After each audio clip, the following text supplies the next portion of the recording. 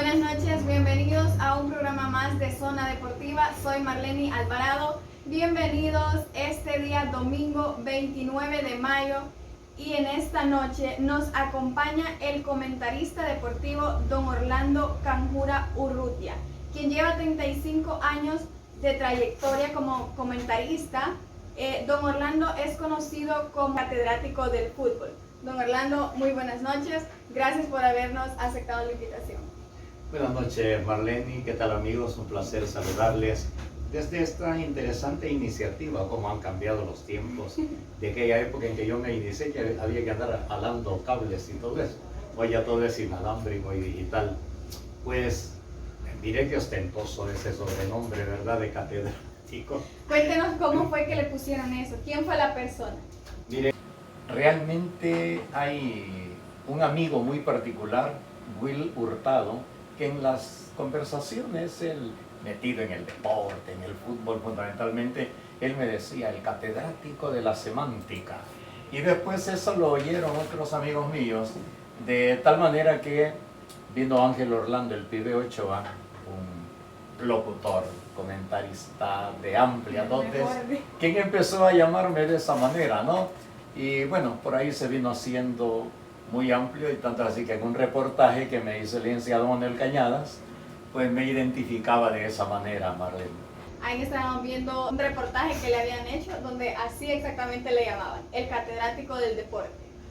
Sí, pero quizás tiene más vinculación por el hecho de que yo me dediqué a la docencia, fundamentalmente. Quizás ha sido parte muy grande de mi vida, a la par de la locución. Y por eso de la docencia, catedrático en la Universidad de El Salvador y en otros lugares, ¿no? Empecé yo a dar clases desde los niveles inferiores. He recorrido el sistema educativo de punta a punta, ¿no? Así es. Cuéntenos cómo fueron sus inicios en esta área. Mira que una vez en uno de los tantos reportajes que me hizo Manuel Cañadas, le ponía un título, ¿no? Llegué al fútbol por accidente. Pero es porque yo desde muy jovencito, casi niño, yo viví la pasión de la radio en casa, ¿no? Y yo escuchaba las grandes voces de aquella época, ¿no? Aquellas voces que parecían truenos en la radio. Y entonces yo me hice la idea, algún día voy a estar yo me hacía presentando noticias. Y pues se dio la ocasión, mira los grandes accidentes que le ocurren a uno en la vida. El terremoto de 1986 me hizo cambiar de domicilio.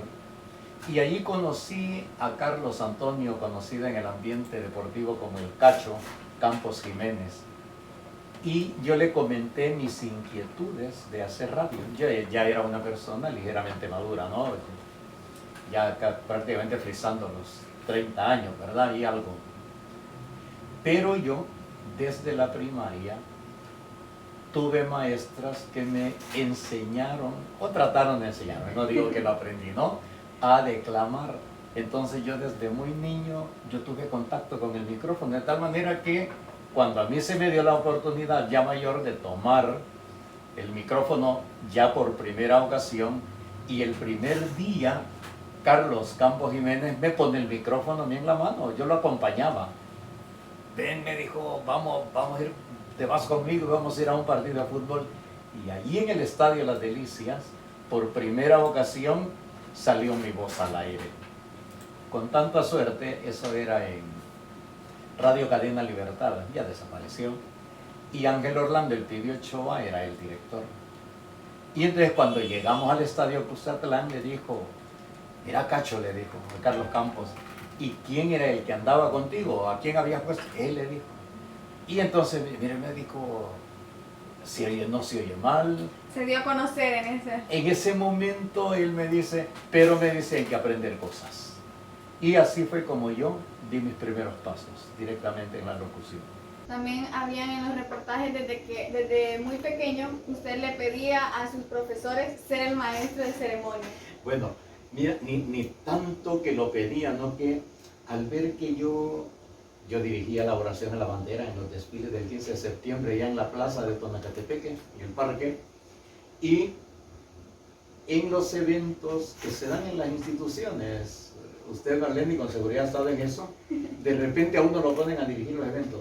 Pues yo me gané esa titularidad de maestro de ceremonia. Y hoy en el deporte, bueno, desde que estaba el doctor Carlos Méndez Flores, que llegó como presidente de la primera división, con el antecedente de que en la segunda división Romeo Humberto Blanco me había pedido ser el maestro de ceremonia de la premiación. Desde allí, pero estamos hablando finales de los años 90, desde ahí hasta la época dirigiendo la premiación de la primera división. Es historia, ¿verdad? Prácticamente. Así es, y más para nosotros. Bueno, cuéntenos cuál fue su primer partido, ya nos mencionaba, pero ¿recuerda quiénes eran los que estaban jugando, los equipos que estaban jugando? El primer partido en la que Carlos Campos me da micrófono para comentar, nunca había comentado. Y yo tengo un fonema, un hablar, una dicción un tanto pausada. Entonces yo me di cuenta que yo para narrar como que no era tan adecuado. Y entonces aprendí a meterme en el comentario, escuchando a los grandes comentaristas de la época. Entonces, ese primer partido, que fue la primera vez que yo tuve micrófono en la mano, porque no me tocó como otros que cuesta que les den micrófono, allí estaba jugando el UDC, Unión Deportiva Cuscatleca, estaba jugando con el equipo Maestranza de la segunda división, en esa época se llamaba Liga de Ascenso. Allí me dieron el comentario. Y cuando me pasan a comentar, era una jugada frente a la portería y yo equivoco el nombre y doy el nombre del portero del otro equipo, del que había participado. Y entonces después le digo a Carlos, me equivoqué, no te preocupes, me dijo, en radio no te están viendo. Y así pasó eso. Anteriormente teníamos a un invitado que yo le hacía la pregunta de cómo era que se aprendían los nombres de los jugadores, porque no es solo de uno, sino Claro. que cada vez que narran pues son diferentes. Sí juegan quizás el mismo equipo, pero van intercambiando los jugadores. Sí, mire, yo como no me dedico a la narración, no estoy forzado a tener los nombres memorizados, pero hay una situación, la repetibilidad, estar viendo las alineaciones, cuando uno está trabajando siempre tiene sus anotaciones, aprende a anotar. Por ejemplo, yo aquí tengo las alineaciones de los partidos y entonces estar escribiendo le pasa a uno cuando está estudiando, lee y cuando escribe pues se queda más fijo, muy fácil, pero hay también técnicas, mnemotécnicas, ¿no?, para desarrollar eso. Y hay gente que tiene la habilidad. Por ejemplo, Ángel Orlando Ochoa, al igual que uno de mis últimos compañeros en radio, Francisco Mauricio, conocido como Chico Osorio, ellos son de aquellos que le dan el nombre completo de los jugadores. Sus 2, 3 nombres que tienen con sus 2 apellidos. Técnicas que la gente va generando. Yo quizás tuve en alguna medida alguna facilidad, porque como en la primaria, en la secundaria y adulto de vez en cuando declamaba, o trataba de declamar, ¿no?, que es esto de un arte, y uno aprende a memorizar poemas, entonces eso va ayudando, y por eso al final de cuentas hay algunas herramientas también. Por ejemplo, uno ubica los nombres con sus números, trata de ponerlos en el orden tal como se distribuyen en la cancha. Y entonces uno sabe que por tal sector, allí normalmente se desplaza un fulano. En la narración, con la ligereza, tal vez alguien ha ocupado el sitio, da el nombre del que habitualmente pasa por ahí.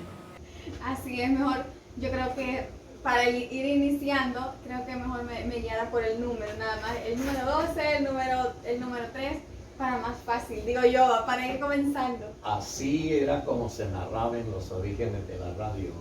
Él agarra el número 12, la pasa por la izquierda al número 7, y entonces cuando aparece, estoy hablando ya, creo que eran los años 40, aparece Ángel Orlando Ochoa y empieza a decir los nombres de los jugadores.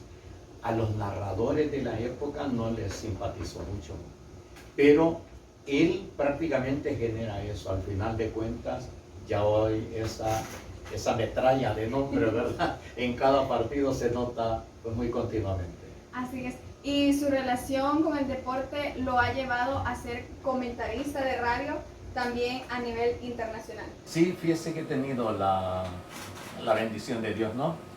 De en algún momento ser llamado. Trabajamos un tiempo con fútbol de primera, Carlos Aranzamendi, con quien yo trabajé largos años, tanto en la cadena Cuscatlán, en YSU y en la extinta Radio Cadena Monumental. Allí con Andrés Cantor, Alejandro Gutman, Sami Sadovni, cosas por el estilo. Ellos me invitaron a mí a incorporarme a la narración de ellos como comentarista. En un momento dado de la cadena Columbia de Costa Rica necesitaban que desde acá se les narrara porque ellos no habían mandado narradores y empecé por eso. Luego me hice reportero, todavía le reporto a Dani Mejía Deportes de Houston, salvadoreño, que es la voz oficial de los Houston Dynamo, y yo habitualmente le estoy reportando de acá. Entonces, sí he tenido esa suerte de incorporarme a algunos reportajes internacionales. Cuéntenos cómo fue su visita a la Champions League. Eso fue una invitación que me hizo Manuelito Cañadas, a quien yo le tengo una gran estima. Bueno, gran futbolista, gran periodista, gran psicólogo, gran maestro. Bueno, ¿qué no es Nene Cañadas?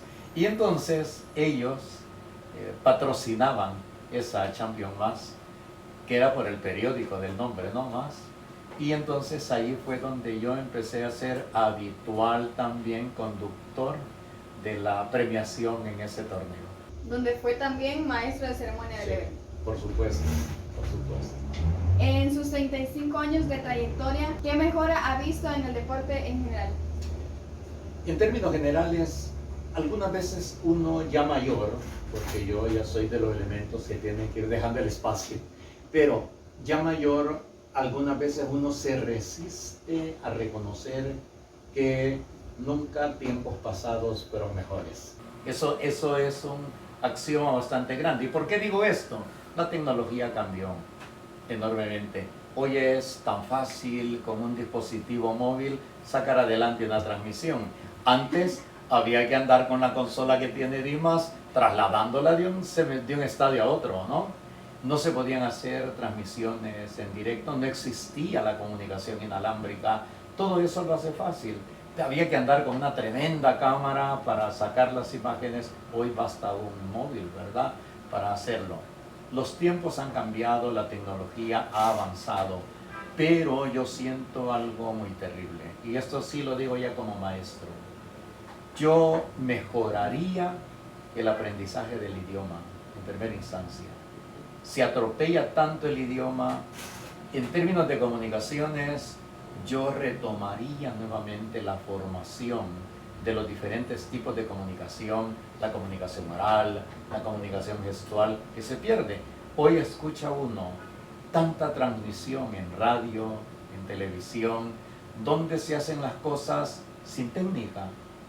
Y aunque la tecnología haya avanzado, hay cosas que son calidad humana.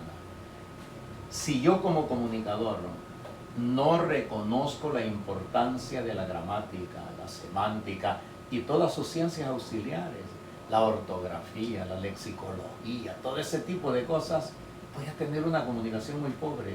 Con la lexicología, la riqueza que le da la semántica a los términos y la posibilidad máxima del idioma español, que tan exagerado que es, ¿verdad?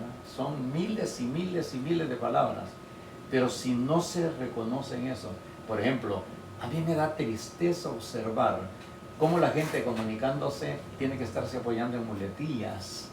Y algunas veces, algunas de ellas, el típico salvadoreño está hablando y está, vedá, cosa por el estilo, ¿no? Y ya no digamos cuando está hablando con irrespeto total del idioma. Decirles qué tal cosa, ¿dónde queda el sujeto de la oración? Jamás utilizar verbos en infinitivo. Cuando la gente está estructurando mal, en base a, dice, no, es con base en, cosas por el estilo. Pienso yo que si bien ha avanzado eso mucho, yéndonos al deporte, la tecnología ha avanzado. Pero hay cosas que creo yo que hay que respetarle su origen. Y en ese sentido, pues, tanto de hablar. Me fui por la comunicación, ¿no? Pero en el deporte, ¿yo qué mejoraría? Esa era la pregunta, ¿no? Sí. En primera instancia, formar recurso humano conocedor de las áreas del deporte en que se va a desempeñar. Entrenadores que algunas veces le hacen de nutricionistas, le hacen de fisiatras, le hacen de médico, le hacen hasta de psicólogo. Momento. El responsable de la formación del futuro deportista es el técnico. Muy bien, que sepa de didáctica y pedagogía del deporte, que sepa de técnicas de la enseñanza-aprendizaje del deporte y que conozca el dominio de las técnicas y que didácticamente instrumente el proceso. Pero hablarle del desarrollo alimentario nutricional, eso que se lo deje a los especialistas. Hablarles de psicología deportiva, que se lo deje a los especialistas del área. Por ahí cosas. Y el otro renglón, la administración del deporte. Si no tenemos verdaderos administradores, gente que sea capaz de aplicar la ciencia administrativa a la administración del deporte, vamos a tener los errores que están poniendo al deporte salvadoreño en condiciones muy desventajosas con otros. ¿Los licenciados que se gradúan en educación física pueden llegar a ser parte de directores técnicos? Yo pienso que sí, y más cuando ellos han tenido la formación de cómo es que se genera el desarrollo y la formación de un deportista. Dirigir en primera división es de las cosas más fáciles.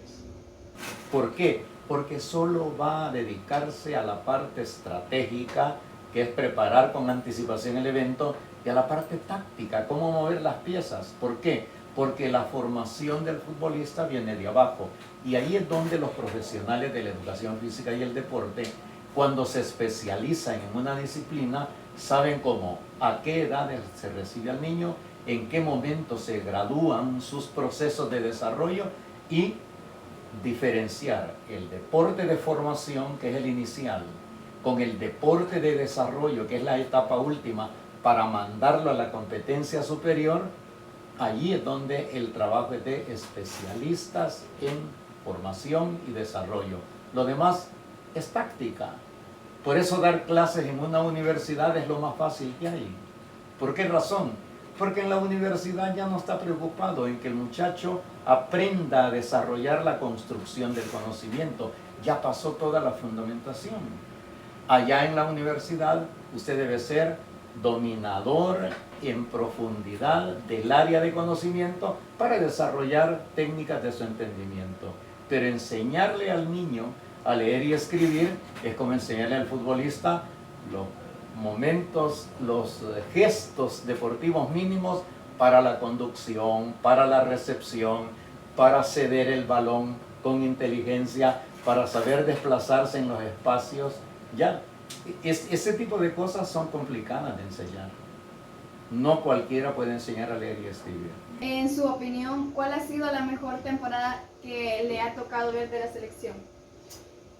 Quizás la temporada allá a finales de los 80, entrando a los 90, sin desestimar que nuestra selección de 1970, yo ya era un jovencito, cuando esa selección logra su primera clasificación al Mundial. Esa selección era una selección de muy intenso amor a los colores patrios. Y fue, pero tan maltratada esa selección. Luego creo que la selección más grande que ha existido en términos técnicos ha sido la selección de España 82. De ahí para acá pudimos haber tenido una muy buena selección, pero desafortunadamente fue presa de ese problema de los amaños, porque esa selección era una selección grande. Creo que hoy estamos en proceso de construirla, pero siempre y cuando las entidades rectoras del fútbol y del deporte en general dejen atrás sus discusiones y nos pongamos en perspectiva nacional, ¿verdad? Siempre queda la duda con eso de lo que ya pasó, ¿verdad? Siempre habrá eso, pero decía un gran sociólogo, ideólogo político, voy a evitar el nombre porque a veces pasa tan resquemores, decía, quien olvida su pasado está obligado a repetir esos errores. Quien olvida la historia está obligado a repetir los errores del pasado. Y ese ha sido el ciclo vicioso en El Salvador, no solo en el deporte. Siempre que viene algo nuevo, a empezar de cero. Y la experiencia y lo que dejó lo anterior, aunque sean errores, ¿verdad? ¿Quién cree que ha sido el culpable o en qué momento se ha visto que ha tenido los errores para que la selección fracase? Hay diversos factores. Es difícil señalar nombres, personajes en particular, pero el fútbol es un reflejo de lo que pasa en una sociedad. Cuando nosotros en este momento no encontramos verdaderos líderes, porque no hay líderes, y muchas de esas grandes figuras no son por sus capacidades, sino productos de las psicologías grupales que saben manejarse, porque los mercadólogos han tenido esa gran capacidad. Cuando esa gente hacen surgir grandes figuras, algunas veces lo que menos tienen son atestados, fundamentos que les permitan eso. Si el país no tiene líderes, pues eso se va a reflejar en el deporte. Cuando el país está bien, nuestra selección anda bien. Cuando allá por los años 50 el café llegó a grandes niveles, aquí hubo mucho pan y circo. Le traían a las grandes bandas de Estados Unidos con unas bailarinas que venían tan hermosas, ¿verdad? Tan preciosas, y el pueblo contento, al estilo romano, pan y circo. Pero de ahí empezó a generarse el proceso de industrialización, y por eso es que los años 60 se tornan en un desarrollo, y por eso es que al final de los 60 se clasifica la primera Copa del Mundo. Entonces, el fútbol no puede estar ajeno a la realidad nacional, a la realidad social, política, económica, sociológica, filosófica, etcétera, ¿no? Entonces, cuando nosotros tenemos esas posibilidades, el fútbol anda bien. ¿Qué ha pasado? Ruptura de un proceso de desarrollo. Viene el desmoronamiento de un sistema que a lo mejor sí tenía demasiadas injusticias. ¿Y qué sucede? La convulsión de los años 70. ¿En qué terminan? En la guerra de los años 80. Y como un paliativo, porque mire qué interesante, cuando la selección va por primera vez a la Copa del Mundo en México 70, estábamos en guerra con Honduras. El último partido con Honduras hasta tuvo que hacerse en cancha neutral en México para definir quién dirimía frente a Trinidad y Tobago, ¿verdad? Que se hizo en Jamaica. ¿Qué pasó en los años 80? Estábamos en plena guerra civil, cuando se logra en el hexagonal de Honduras el pase a España 82. Entonces, como que El Salvador necesita de estar en grandes calamidades para tener esos grandes triunfos. ¿Quiénes son los causantes? Yo creo que algunas veces mucho de esa responsabilidad cae en las dirigencias, que no han tenido la capacidad de reinventarse en momentos de crisis, cuando, dicen los sociólogos, en las crisis es que aflora la creatividad, y acá no hemos tenido esa capacidad. Nuestros cuerpos técnicos a veces han pecado de no estar al tenor de cómo se maneja el desarrollo del fútbol a nivel mundial. Esa mala conducción del fútbol hace que venga un montón de gente del extranjero, que no es que no deban venir, pero que vengan con proyectos, que vengan con planteamientos, y muchos de ellos se han ido con los bolsillos llenos de dinero, dejando que en el país nada. No han habido procesos. Entonces, algunos procesos que se vivieron, como la selección juvenil que dirigió Raúl Alfredo Magaña y que fue la base luego para la selección que clasificó a España 82, la selección olímpica que dirigió originalmente don Hernán Carrasco Vivanco y que luego Rigo Guzmán la clasifica para los Juegos Olímpicos, primeros Juegos Olímpicos del 68 en México, y que fue la base de la selección que fue a México 70. Ese tipo de procesos habría que revisarlos. ¿Qué es lo bueno que se hizo con ellos? ¿Qué fue lo bueno que se hizo con aquel puñado de jóvenes que nos llevaron al primer Mundial Sub-20. Entonces, por ahí ha habido responsabilidades de quienes dirigen el fútbol, responsabilidades de quienes forman el recurso para el fútbol, responsabilidad de quienes divulgamos la realidad del fútbol y algunas veces generamos actitudes colectivas negativas. En su opinión, ¿cuáles serían algunas actividades que deberían de cambiarse para que esto mejore? En primera instancia, lo primero, las grandes potencias del fútbol. Hablando de fútbol, y esto es válido para cualquier deporte, ¿por dónde empiezan? Por la formación del recurso. Entonces, en el fútbol, ya dejemos de estar hablando, es que hay que trabajar en las divisiones menores. No, cada equipo debe ser responsable de construir su pirámide de desarrollo. Las grandes instituciones, ya en Centroamérica, unas instituciones en Guatemala, otras en Nicaragua, en Costa Rica, en Panamá, y si nos vamos hacia el sur, Colombia tiene unas estructuras de desarrollo donde los equipos tienen su pirámide de desarrollo, así como FESA tiene un colegio para atletas de alta competición. Ese tipo de sistemas son los que deben de estar en nuestros equipos, donde el jugador de base tenga allí incluso su forma de estudiar y no hasta puede hacerse vía no presencial. Y entonces no vamos a tener a un jugador aburrido de que llega al entreno, solo tienen un entreno y el resto del tiempo ¿qué hacen? Entonces las instituciones deben ser así como la Masía del Barcelona.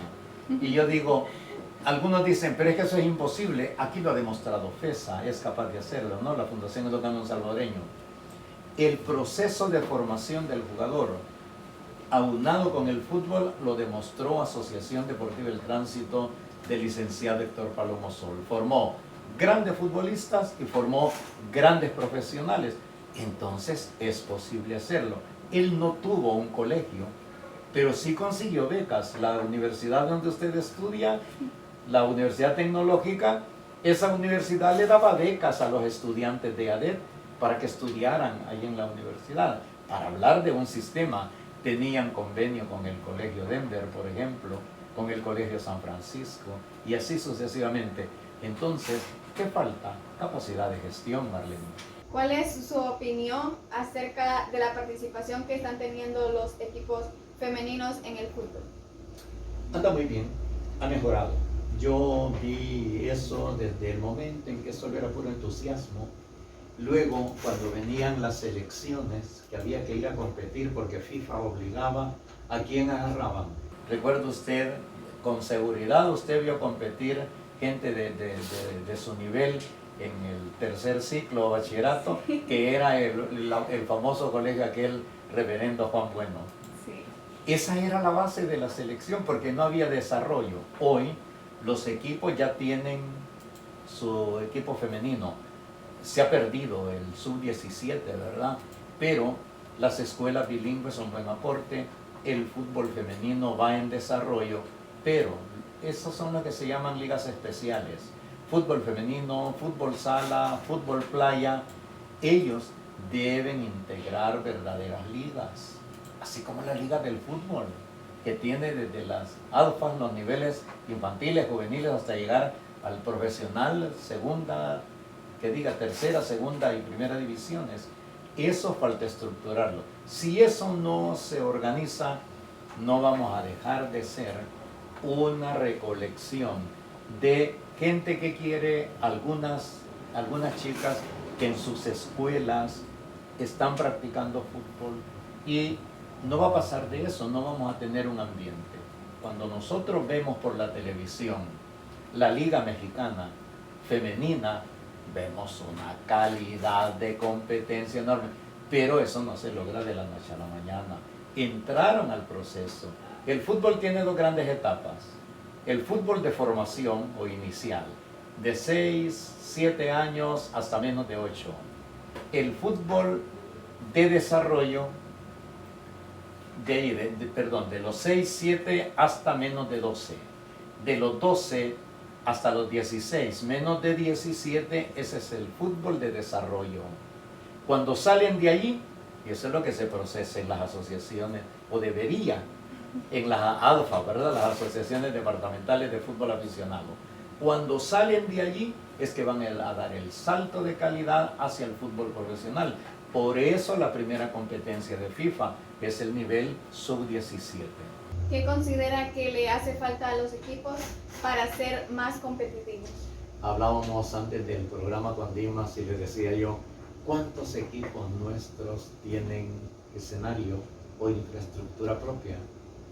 El único que tiene estadio de la primera división es el Luis Ángel Firpo. En segunda división, el Once Lobos. Y los demás son iniciativas municipales, nacionales, privadas. Entonces, si yo quiero formar estudiantes, me voy a hacer una infraestructura, a lo mejor no mía, alquilada, pero voy a adecuar las condiciones y voy a poner los pupitres y las pizarras que son electrónicas, ¿verdad? Ese tipo de cosas. O sea, si yo no tengo dónde, en cualquier lugar que vaya me van a echar. Entonces, lo primero que hay que hacer es conseguir la infraestructura, ya sea propia o en comodato, y luego capacitar al recurso que va a enseñar. Hay mucha gente entusiasmada. Allá el más entusiasta de ahí del pasaje reúne a los hipotes y se los lleva a la cancha, pero ¿está capacitado para enseñar fútbol? No, le gusta, sí. Entonces véngase señora, aquí están los cursos de formación para que aprenda a enseñar fútbol. Entonces, si logramos ir superando esas cosas, podemos hablar más adelante de un fútbol de buenas condiciones. ¿Existen escuelas o personas que puedan enseñarle a estas personas que quieren aprender? Sí, sí las hay. Y algunas con mucho nivel. Gente incluso graduada de la Escuela de Educación Física, de la extinta, ¿no? Escuela Superior de Educación Física, muchos graduados en ese campo de las universidades, porque hay mucho profesional en educación física y deporte, y luego gente que también se ha formado ya como entrenador de fútbol, y algunos de ellos incluso con capacitaciones en el extranjero, gente que nos visita desde fuera, que se vienen a incorporar a cuerpos técnicos con atestados incluso universitarios, y luego la FIFA, que con sus programas de desarrollo da posibilidades de formar talento para la enseñanza. ¿Qué creen que tienen que hacer los dirigentes para superar este bloqueo del fútbol? Se refiere al problema que hay con el INDES. Sí. Mire, en primera instancia hay un contrapunto muy interesante. El INDES, por ley soberana del Estado, aprobada por la Asamblea Legislativa, se le ha dado la potestad de administrar la obtención de la persona jurídica deportiva. Antes estas estaban en el Ministerio de Gobernación. Allí están los requisitos de cómo se van a administrar, de cómo se van a conducir, etc. Pero el fútbol tiene además, y ese es el único deporte a nivel mundial, no hay otro, que tiene a través de la Federación Internacional, que es la FIFA, la forma en que debe administrarse el fútbol. Ahí chocan, ahí chocan. Entonces, deben de buscarse puntos medios. ¿Por qué hay necesidad de decir que el fútbol, la Federación de Fútbol, actuará a partir del 1 de julio de forma ilegal porque no coinciden sus estatutos con los que exige el Instituto Nacional de los Deportes? Pero igual que la Federación de Fútbol, hay otras tantas, algunas de ellas ni siquiera están funcionando porque están suspendidas. A ellas no se les hace esa exigencia. ¿Qué viene ahí de contrapunto? El fútbol tiene una permeabilización más grande que los demás deportes. ¿En qué debería de iniciarse esto? Generar una mesa, pero de verdadero diálogo, para superar ese tipo de cosas. Así como el INDES a Olimpiadas Especiales, al mismo Comité Olímpico, le ha dado la adquisición de considerarse personas jurídicas para que actúen en el marco legal de El Salvador, ¿por qué no buscar una manera parecida con la Federación Salvadoreña de Fútbol? Por más que se hable de que se genera una Liga Nacional de Fútbol, esta no va a generar recurso para el fútbol oficial federado porque no va a tener la forma de comunicación con la estructura de la FIFA.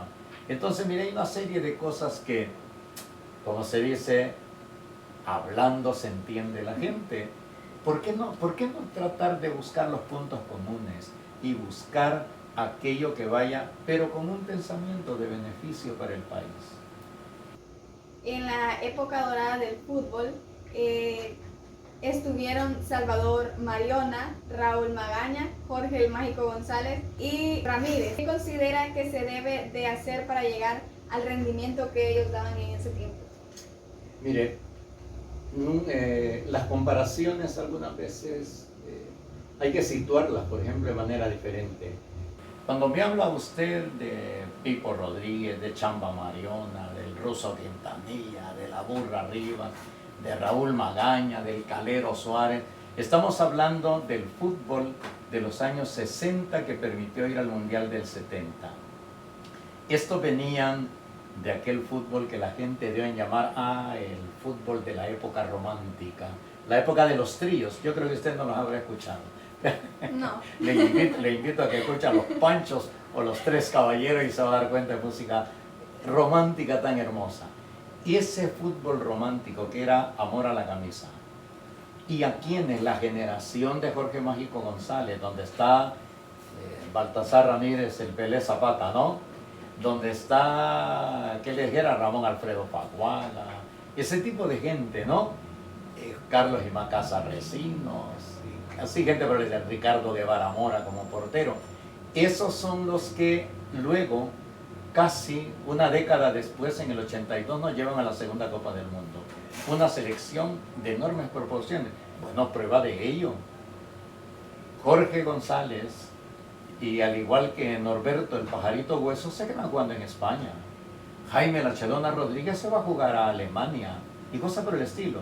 ¿Qué le habla? De un gran potencial. Pero era un fútbol muy diferente. La tecnología de esa época era muy distinta a la actual. En esa época no existían los chalecos conectados al GPS, ¿verdad? Al GPS para medir por dónde se mueve, con qué velocidad se movió, etc. No había esas condiciones. Entonces, decir que ellos son referentes para lo que debe de hacerse ahora, creo que no. Creo que es de ver esas virtudes de Mágico González que son tan sui generis, tan especiales de él. Por eso es un genio, ¿no? Y si yo a él le pongo a su hermano mayor, Mauricio, conocido como el Pachín González, de ahí el apodo de los Pachines a la familia González, Mauricio el Pachín González, ese era un artista con la pelota de la época de Cariota Barraza. Él jugó la clasificación al mundial, al primer mundial de México 70 que fuimos. Un prestigioso, pero no había televisión. Jorge Mágico González ya entra en la época de la televisión. Y en la actualidad, mire, si uno puede ver a Luis Suárez, hoy está viendo a Lewandowski en directo, incluso con el teléfono. Entonces, llegar a esas condiciones, ¿qué tiene que hacerse? Ya hoy la ciencia ha entrado al deporte. Producto de ello, Edson Arantes do Nascimento, el Rey Pelé, sorprendente desde los años 50, llegó hasta los 60, ¿verdad? Con el Mundial de Chile 62, donde salió lesionado. Si lo comparamos con Ronaldo Nazario da Lima, Ronaldo, no Ronaldinho, Ronaldo, mire, ese fue un genio producto de la tecnología bioquímica, médica, cineantropométrica, de haber estado en un ambiente de ciencia aplicada al deporte en Holanda. Y por algo le llamaron el fenómeno. Entonces, en la actualidad, ¿qué tiene que hacerse? Si las ciencias aplicadas al deporte no tienen campo dentro de nuestro deporte, difícilmente vamos a llegar a eso. Ya aquello de el que puede ser, que me parece, ya no es eso, ya son datos. Usted lo ha vivido en sus estudios con la estadística. ¿Por qué voy a seleccionar a fulano? Ah, porque de tantos pases dio tantos correctos, etc. La estadística. Así es. ¿Qué nos puede hablar sobre los equipos de segunda división? Ha habido, y quizás la pandemia nos ha puesto un punto y aparte. Y esto como que fuera un punto de inflexión. La segunda división está tratando de hacer cosas distintas. Hoy, por ejemplo, creo que se van a conocer detalles de la reunión del pasado día, cuando están tratando de minimizar las edades, la cantidad de extranjeros, etc. Pero responde a un concepto de sus dirigentes de la segunda división. ¿Y por qué no vemos el sistema? ¿Por qué no vemos de qué edad salen del fútbol aficionado, a qué edad van a entrar al fútbol profesional y hacer los análisis tanto técnicos, tácticos, económicos, de política deportiva, para que todo coincida con eso? Entonces la segunda división creo yo que tiene mucho que hacer. Lo que pasa es que es la más visible, porque es la antesala de la Liga Mayor, pero ha llegado a un momento tal en que, por ejemplo, las poquitísimas instituciones de comunicación deportiva que narran partidos, por ejemplo, no pueden ir a narrar porque ellos tienen un convenio especial con una entidad gubernamental que proyecta sus partidos, y cuando ellos están allí no puede llegar ninguna radio a transmitir. Cuando yo me iniciaba en la radio, solo en la capital eran de 12 a 15 radios que narraban los partidos. Ahora, si usted cuenta, utiliza 2 dedos de la mano para las que narran los partidos, está contando mucho. Y espacios estacionarios con gente que llegaba armada de datos, de conocimiento, de experiencia, y no como en la actualidad. Ojalá no les vayan a ofender, pero me basta abrir un móvil y empezar a leer lo que está ahí y le doy veracidad, cuando algunas de esas cosas no son verdad. Entonces, ese tipo de situaciones, la segunda división creo que debe salir un poquito más a la vista, y recuperar aquella segunda división de los años 80, de los años 90, inicios de este siglo, porque ha perdido proyección. ¿Es necesario que la primera división se genere más espacio para los equipos de segunda, para que puedan subir? Yo creo que no. Se hizo el intento. La primera división era de 10 equipos, hoy son 12. ¿Mejoró la calidad? Es la gran interrogante. ¿Mejoró la competencia? ¿Ha habido más espacio para el futbolista? O sea, eso debe ser un estudio económico, financiero y mercadológico. Porque si no tiene ese fundamento, el ampliar, no, ¿verdad? Una de las leyes del materialismo dialéctico es el salto de la cantidad a la calidad. Jamás la cantidad ha sido sinónimo de calidad. ¿Qué opinión tiene sobre la nueva liga que ha formado el INDES? Mire, dentro de sus propósitos a lo mejor está el llevar esparcimiento a las poblaciones. Pero el cometido del INDES es ser el vehículo mediante el cual se llega a las federaciones para que produzcan talento. El deporte de formación y desarrollo. Pero hablar de una liga sub-21, no le veo yo que sea eso desarrollar el fútbol. El fútbol se va a desarrollar generando talento desde abajo.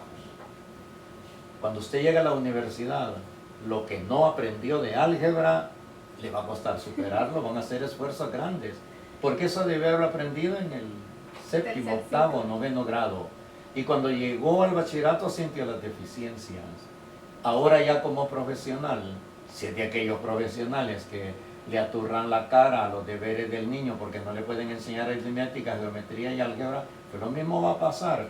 Un futbolista de 21 años ya pasó el proceso de formación y desarrollo que termina alrededor de menos de los 17 años. Yo lo agarro a los 21.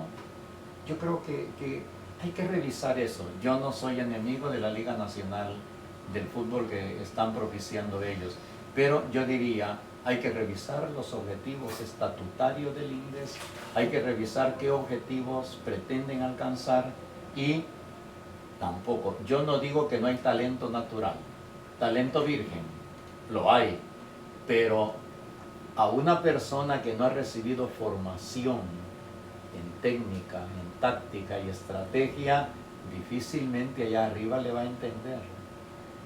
Mira, hay un caso muy particular. Carles Puyol en Barcelona. Él llegó ya bastante mayorcito al Barcelona.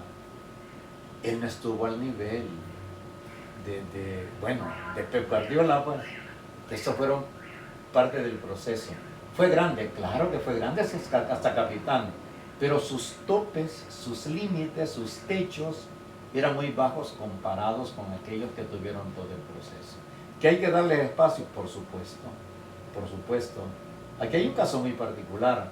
Cuando vino Milovan Joric por primera ocasión a dirigir nuestra selección, de segunda división surgió William Chachagua.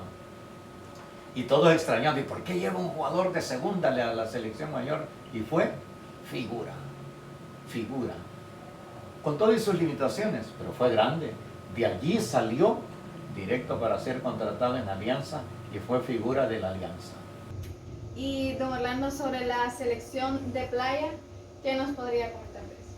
Yo creo que igual que la femenina y el fútbol sala, demandan de estructurar la liga. Porque si no, no pasa de ser un grupo de una generación espontánea, un grupo de amigos. Se ha avanzado, porque se ha avanzado. Pero no es lo que el país demanda. Si el fútbol playa se puede jugar en cualquier lado, donde se puede hacer un hoyo y llenarlo de arena con las dimensiones del caso, es factible. La Universidad de El Salvador en su complejo deportivo tiene una cancha de fútbol playa. ¿Por qué no se puede hacer? Claro que se puede hacer.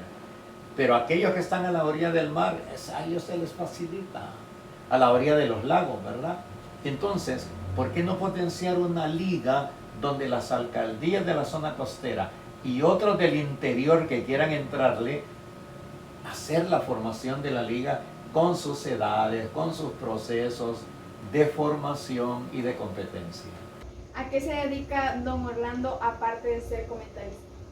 Bueno, ya jubilado de la Universidad de El Salvador como catedrático de química, tuve la ocasión, valga el reconocimiento para mi alma mater, que me dio la oportunidad de hacer mis posgrados. Logré pasar por la maestría y tener luego también un doctorado en química de macromoléculas, química de polímeros, eso relacionado con los plásticos, los pegamentos, las fibras textiles y ese tipo de cosas, ¿no? Y por ahí trabajando en aprovechamiento químico de desperdicios, con algunos proyectos de investigación en la universidad. Ya jubilado, todavía tengo contacto con algún par de proyectos de investigación y por ahí pues atendiendo también asesoría de trabajo de graduación y de vez en cuando pues dando un curso por ahí cuando hay oportunidad. ¿Tiene algunos proyectos en el área del deporte o en su especialidad? Mire, iniciamos con algo parecido a este medio de ustedes y desafortunadamente cuesta encontrar apoyos económicos, fracasó. En la actualidad estamos tratando de generar un proyecto también de narración de fútbol. Estamos en una empresa con un espacio comprado en una estación radial ya establecida, pero no es lo que nosotros con nuestros compañeros esperamos. Nos vamos a sentar a platicar, hoy nomás termina el torneo para darle proyección. Y yo he trabajado con la Asociación de Entrenadores en los cursos de entrenadores, en cursos específicos como por ejemplo metodología de la investigación aplicada al fútbol, trabajo como por ejemplo desarrollo profesional que habla sobre el rol de una persona ejerciendo su profesión. Y aparte de eso, sí, en áreas como desarrollo deportivo, creo que hay que entrarle a eso. Por ahí estoy formando parte de un equipo que pretende hacer una propuesta que ojalá tenga eco en la federación con su departamento de planificación y desarrollo. El tiempo pasó rápido, la verdad. Muchas gracias por haber... Y yo mucho hablo. No, está bien. Muchas gracias por habernos acompañado esta noche. Esperamos tenerlo en una próxima entrevista. Bueno, Marlene, gracias a Dimas también, gracias por ese contacto que hicimos y que me han permitido conocerles a ustedes. Con Dimas con seguridad nos habíamos cruzado antes, con bastante seguridad, pero aquí estamos a la orden para lo que podamos servir y realmente el agradecido, créanmelo, soy yo, que ya a estas alturas, cuando estamos escribiendo los últimos renglones a lo mejor de nuestra actividad, pues consideran que uno puede tener algo que decir. Bueno, muchas gracias y también a usted, amigo televidente que está viéndonos ahí a través de nuestras redes sociales. Muchas gracias y recuerde que nos vemos el próximo domingo a las 8 de la noche. Feliz.